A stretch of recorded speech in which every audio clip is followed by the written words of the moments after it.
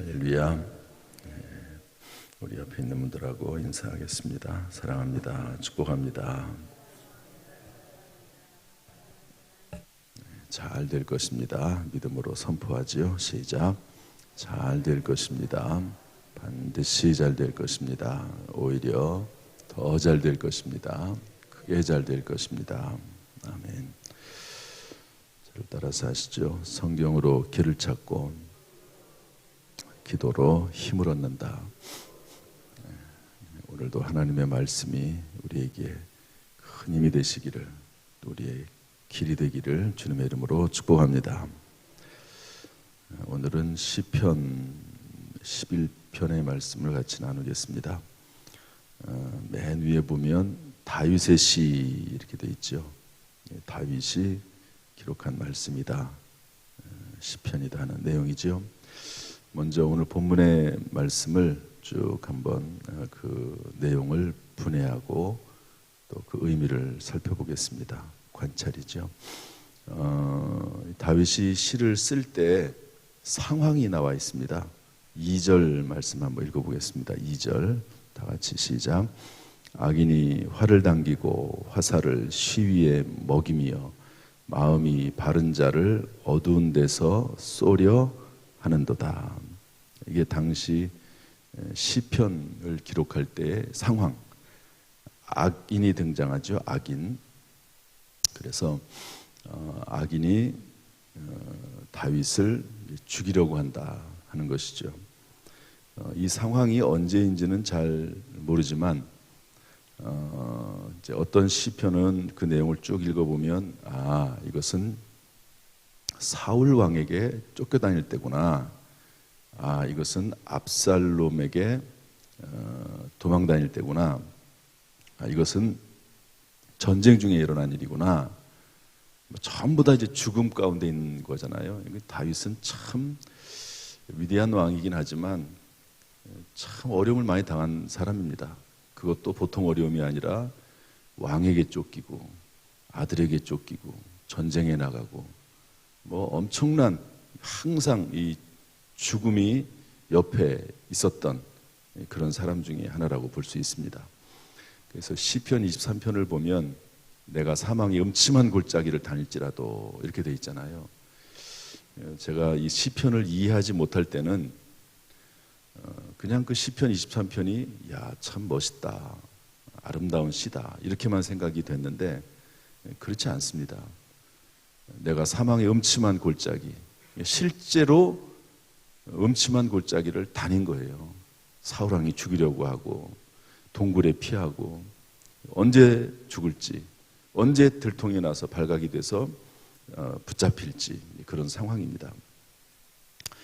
오늘 본문의 말씀은 그런 상황 중에서 어떤 상황인지는 모르지만 악인이 활을 당기고 화살을 시위를 먹이고 쏘려고 하는 아주 일촉즉발의 위기의 순간이다 하는 것이죠. 이때 1절 3절은 그 다윗이 어떻게 했는지 또 그 주변 사람들이 어떻게 했는지가 나오는데요. 우리 1절하고 3절을 읽어보겠습니다. 1절하고 3절 시작. 내가 여호와께 피하였거늘 너희가 내 영혼에게 새같이 내 산으로 도망하라 함은 어찌민가. 터가 무너지면 의인이 무엇을 하랴. 다윗이 여호와께 피했다는 거죠. 그런 엄청난 위기에 있을 때 하나님께 피한 겁니다. 하나님 살려주세요. 하나님을 의지합니다. 그런데 너희가, 여기서 너희는 누구냐면 주변 사람들입니다. 지인들이죠. 지인. 뭐라고 말하냐면 내 영혼에게 새같이 내 산으로 도망하라. 따라합시다. 새같이 내 산으로 도망하라.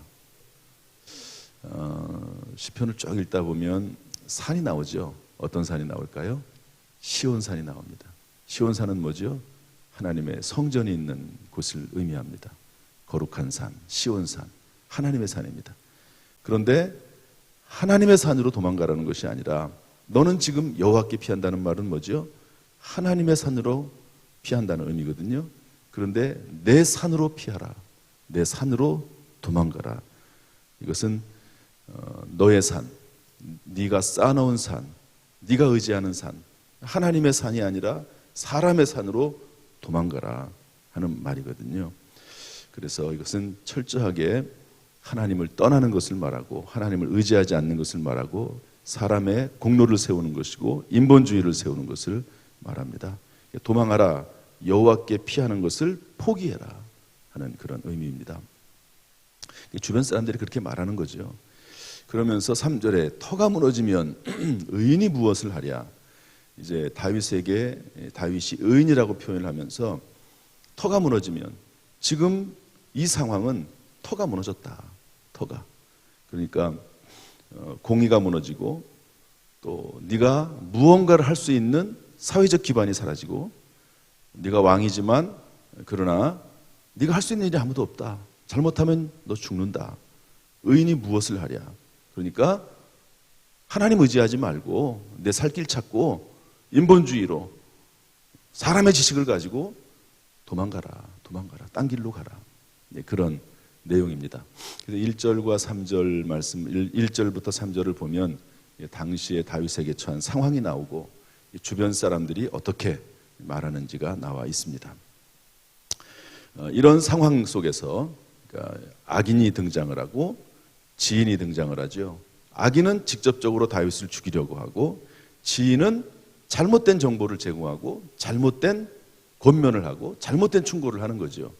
그런 상황 가운데서 다윗이 어떻게 판단하느냐 참 중요합니다.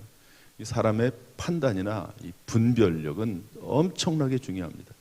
그때 나오는 내용이 이제 4절부터 7절이죠. 다윗의 판단입니다. 4절 한번 읽어보겠습니다. 4절 시작. 여호와께서는 그의 성전에 계시고 여호와의 보좌는 하늘에 있으며 그의 눈이 인생을 통촉하시고 그의 안목이 그들을 감찰하시도다. 하나님께서 이것을 다 보고 계신다. 하나님이 불꽃 같은 눈으로 감찰하고 계시다. 이렇게 이제 하나님에 대한 신앙 고백을 하는 거죠.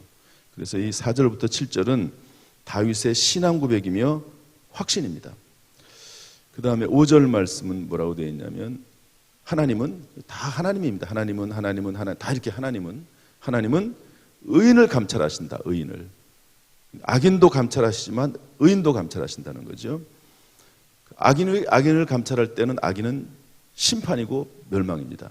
그러나 의인을 감찰하실 때는 하나님께서 그 의인을 연단하시고 이제 이 감찰 안에는 연단이라는 의미도 있거든요.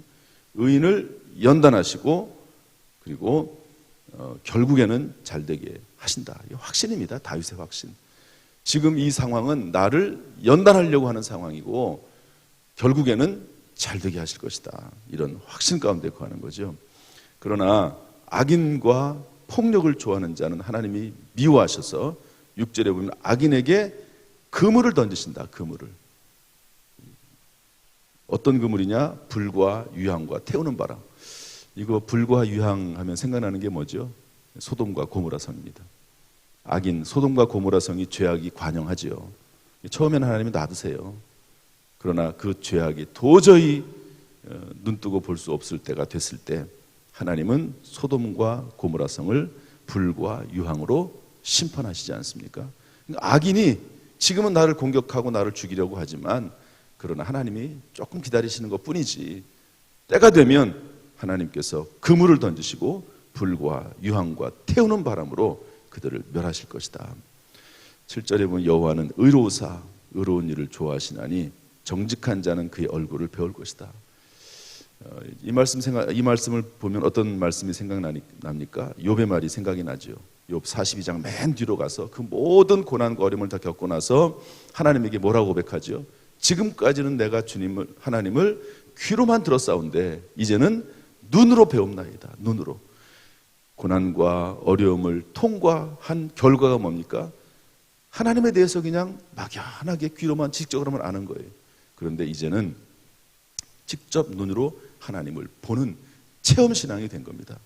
여러분 이런 고난과 어려움, 주변에 수많은 잘못된 생각들 이런 것들이 있지만 하나님의 말씀 붙잡고 하나님을 의지하고 굳세게 나가면 결국에는 하나님을 얼굴을 배우는 그런 은혜가 있다 하는 것을 말씀해 주고 있습니다.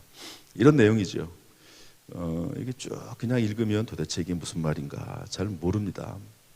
저도 이 말씀을 읽으면 처음 읽으면은 뭐 제가 이 시편 가지고 설교도 몇 번 하지 했는데 잘 몰라요. 또 봐도 또 생각하고 또 묵상하고 그러면 의미가 들어오는 것을 알 수 있습니다.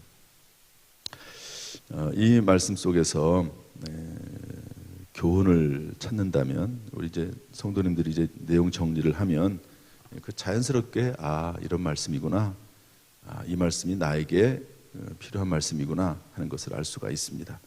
그런데 중요하게 살펴볼 말씀이 하나가 있습니다. 우리 3절 한번 읽어보죠. 3절 시작. 터가 무너지면 의인이 무엇을 하랴. 주변에서 이렇게 말하는 거예요. 주변에서 야 터가 무너졌어. 다윗에게 왕이여 터가 무너졌습니다. 아무리 왕이 의인이라도 할 일이 없습니다. 하나님 의지하지 말고 이제 피하십시오. 그런 말이거든요. 그래서 우리는 내 귀에 들리는 말의 진위를 분별할 줄 알아야 됩니다. 그냥 내 귀에 들리는 그 내용이 다 옳은 것으로 판단해서는 안 되죠. 또 내 속에서 나오는 그 소리들이 다 옳은 소리라고 생각하면 안 됩니다. 그 말의 진위를 분별해야 되죠. 여러분 가룟 유다는 예수 팔려는 생각을 사탄 마귀가 집어넣어 줬잖아요. 그거 잘 분별해야지. 그거 예수 팔려는 생각 가지고 있으면 결국 예수 팔아넘기고 그리고 자살해 죽잖아요. 또 사탄 마귀가 뱀으로 가장해서 하와에게 선악과를 따먹으라고, 하나님께서 금하신 것을 따먹으라고 그럽니다. 하나님이 금하신 거 알아요. 이거 하면 죄라는 거 압니다. 그런데 사탄 마귀의 소리를 들으면 거기에 넘어가는 거죠. 그리고 또 선악과를 또 바라봤네요. 또 그러니까 먹음직도 하고 범직하고 지혜롭게 할 만큼 탐스러우니까 그것을 따먹는 겁니다. 적용을 한번 해보죠. 지금 나에게 들리는 말은 하나님께로부터 나온 것입니까? 아니면 사탄 마귀나 사람이나 그냥 내 생각입니까? 말씀 안에서 잘 분별하고 있습니까? 사람의 말이라면, 사탄 마귀의 말이라면 단호히 끊고 하나님의 말씀으로 돌아올 수 있기를 주님의 이름으로 축복합니다. 아멘. 5절 하나만 더 보겠습니다. 5절 말씀 다 같이 시작. 여호와는 의인을 감찰하시고 악인과 폭력을 좋아하는 자를 마음에 미워하시도다. 하나님은 의인도 감찰하십니다. 죄인만 감찰하는 게 아니라 합시다. 하나님은 의인도 감찰하신다. 그러나 이것은 연단하시는 것이죠. 결국에는 복 주시기 위함입니다. 악인은 멸망으로 가는 것이죠. 그래서 여러분 우리가 때때로 하나님의 연단이 있습니다. 그 연단 가운데서 결국에는 잘 우리가 극복하고 이겨내면 하나님의 복이 주어진다는 사실을 믿고 잘 이겨낼 수 있기를 주님의 이름으로 축복합니다. 적용해보면 나는 하나님의 연단을 잘 견디고 있는가? 아니면 하나님의 연단을 피해서 자꾸 인본주의적인 생각으로, 인간적인 생각으로 피해 다니고는 있지 않은가? 여러분 다시 돌아옵니다. 하나님의 연단은 견디고 버티고 그래서 이겨내야 되는 것이지 피해 다니면 또 돌아옵니다. 또 돌아와요. 여러분 요셉이 종살이하고 옥살이하고 그걸 견뎌야 되는 겁니다. 그거는 피해가지고 어디로 도망간다. 그러면 그게 어디 되겠습니까? 하나님께서 종살이 옥살이를 통해서 애굽의 문화를 익히게 하시고 정치를 익히게 하시고 언어를 익히게 하시고 그러면서 삶을 알게 하시고 그러는 건데 자꾸 딴 생각하고 있으면 그게 하나님의 목적이 이루어지겠습니까? 요셉이 13년 동안 종살이 옥살이 했지만 결국에는 잘 견뎌서 하나님의 연단을 견뎌서 총리도 되고 가족도 구원하고 민족을 이루게 되고 아브라함에게 하신 예언의 생취가 되고 예수 그리스도의 가문이 되고 이런 놀라운 일이 일어나지 않습니까?